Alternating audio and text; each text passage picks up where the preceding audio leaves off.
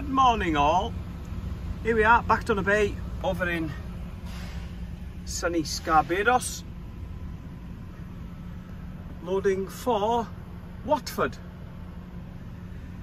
If I've got enough time, he says I can get it off today, but I don't think I'll have enough time to get down because I've done a bit of driving already this morning, and there'll be nowhere to park then once I do get it off. So I'm going to have a look at my time and probably just get down to I don't know, somewhere around the Midlands area, Castle Donington maybe. All right, we've got that on and we're just heading out to Scarborough now, but there's the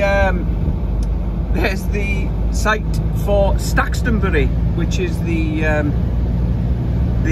Scarborough version of Glastonbury.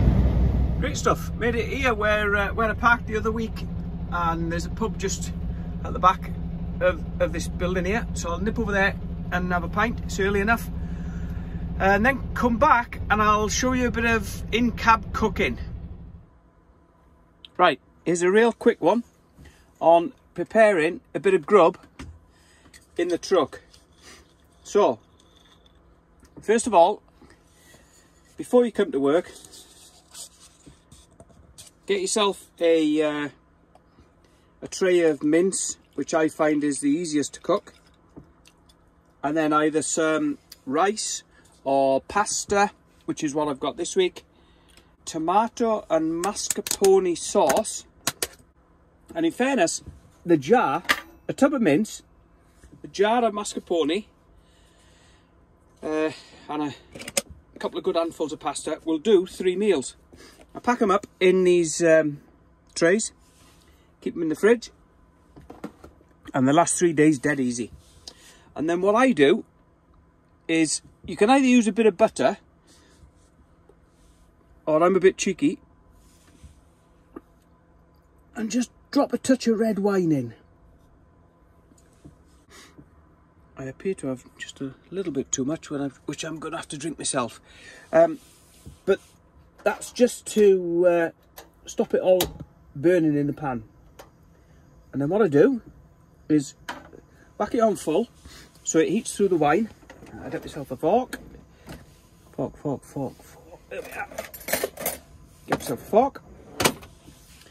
So I heat it through, and you'll eventually hear the wine just starting to hiss.